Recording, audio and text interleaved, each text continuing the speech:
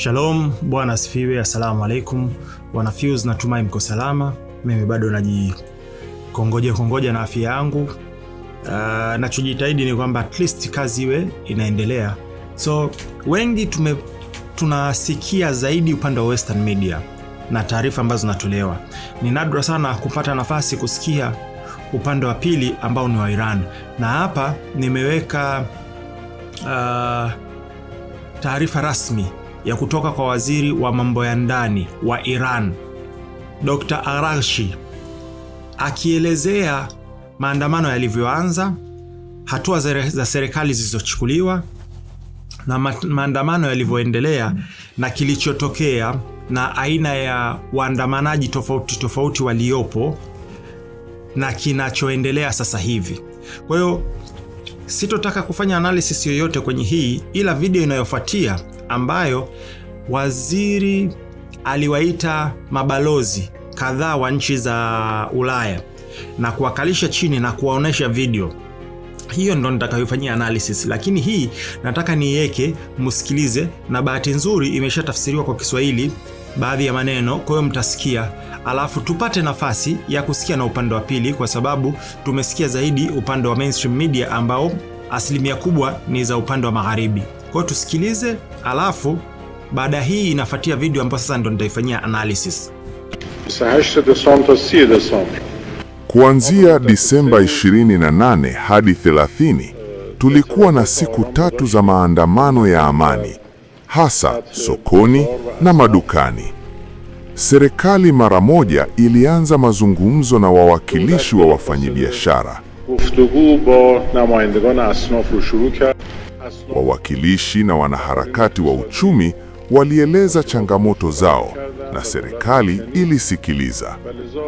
Hapo maandamano yalipungua na mazungumzo yakaanza kuchukua nafasi yake.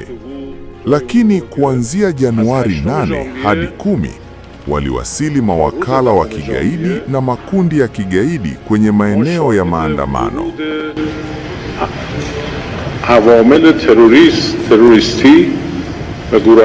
Magaidi waliokuwa na silaha walionekana miongoni mwa waandamanaji wakipiga risasi polisi. Zaidi ya yote, walishambulia si polisi tu, bali pia wananchi wa kawaida. و از اون مهمتر این که ما متوجه شدیم که اونها نه تنها به پلیس. Kwa bahati mbaya, wengi waliouawa walipigwa risasi mgongoni na hawa watu. Kisha walianzisha ghasia kubwa zikiendeshwa kwa mtindo wa makundi ya kigaidi kama ISIS. Walianza kupiga risasi sehemu mbalimbali za umma, majengo ya serikali, vituo vya polisi na hata nyumba na maduka ya watu. و شروع کردن به صورت گسترده اماکن عمومی و ساختمان‌های. Katika soko moja la mji, maduka 200 yaliteketea kwa moto. Pia walishambulia magari ya wagonjwa. Katika siku hizo 3, magari ya wagonjwa na mabasi 180 yaliteketea kwa moto. Pia walivamia misikiti, jambo ambalo haliko kawaida. Hakuna Muiran angeweza kushambulia msikiti na kuuchoma moto. در همون 3 روز 180 آمبولانس آتش زده شده. Misikiti 53 kote nchini iliteketea. Hata waliojeruhiwa waliuawa. Katika tukio moja, watu walitaka kupeleka wagonjwa 11 hospitalini. Baadhi yao walikuja wakasema tutawapeleka wenyewe. Kisha waliwasogeza wagonjwa hao 11 mahali pengine na kuwafyatulia risasi ya mwisho. حتی مجروحین رو خودشون به قتل میرسوندن.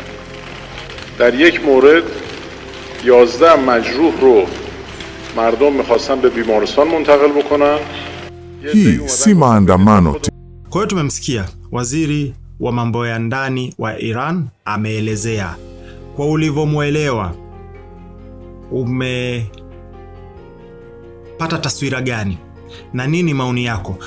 Na by the way, wakati bado tunaendelea, tayari ile makala Digital ID iko jikoni, nimeshaiandaa, bado kuirekodi, kwanza kuiedit itoke, kwa sababu ni kitu ambacho lazima tukielewe. Huu mwaka kuna mambo mazito sana yanakuja. Ila pia kuna makala mengine ambayo pia nayaandaa ya undani wa Venezuela.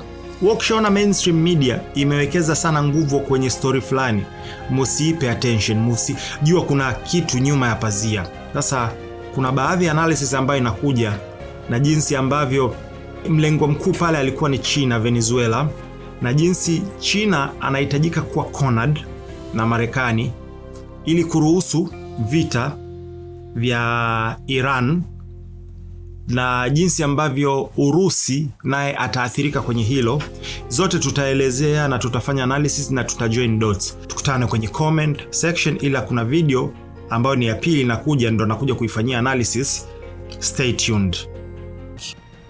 Kama umependa unachokisikia, unaweza ukashare na mwenzio na yeye azidi kufaidika. Lakini kama ndo mara ya kwanza unamfollow DJ Smart 255, bonyeza subscribe hapo, alafu jiunge kwenye WhatsApp channel ili wewe unapata taarifa zote za link zote za makala ya DJ Smart yanapokuwa yanatoka. Ila vile vile show your love, show your support, ili Fuse zidi kufanya makala mengine, tuzidi kuelimishana. Gharama ni nyingi, tuzidi kuboresha Fuse. Nachoweza kusema is one love. Namba hii hapo. Mwana Fuse, kuwa wa mwanzo kupata makala zote za DJ Smart zinapotoka. Ni rahisi, link zote za makala hutumwa kwenye WhatsApp channel ya DJ Smart 255. Subscribe upate makala yote yanapotoka. Njia ya kwanza ni kuscan hii QR code. Tumia kamera yako kuscan hii QR code, itakupeleka kwenye WhatsApp channel, alafu bonyeza subscribe.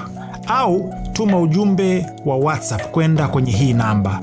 Andika message niunge kwenye channel, utapokea ujumbe wenye link. Bonyeza hiyo link, itakupeleka kwenye channel, bonyeza subscribe. Utakuwa unapata makala yote ya DJ Smart za zamani na mpya kila zinapotoka. Vile vile DJ Smart nipo TikTok, nipo Twitter au X, Threads, kote natumia DJ Smart 255. Fuse by DJ Smart inawezeshwa na wewe mwana Fuse. Sapoti yako inasaidia gharama za kiuendeshaji. Tuma mchango wako kwa namba +255 0764124124. Inapokea miamala yote ya ndani na nje ya Tanzania. DJ Smart, one love. DJ Smart.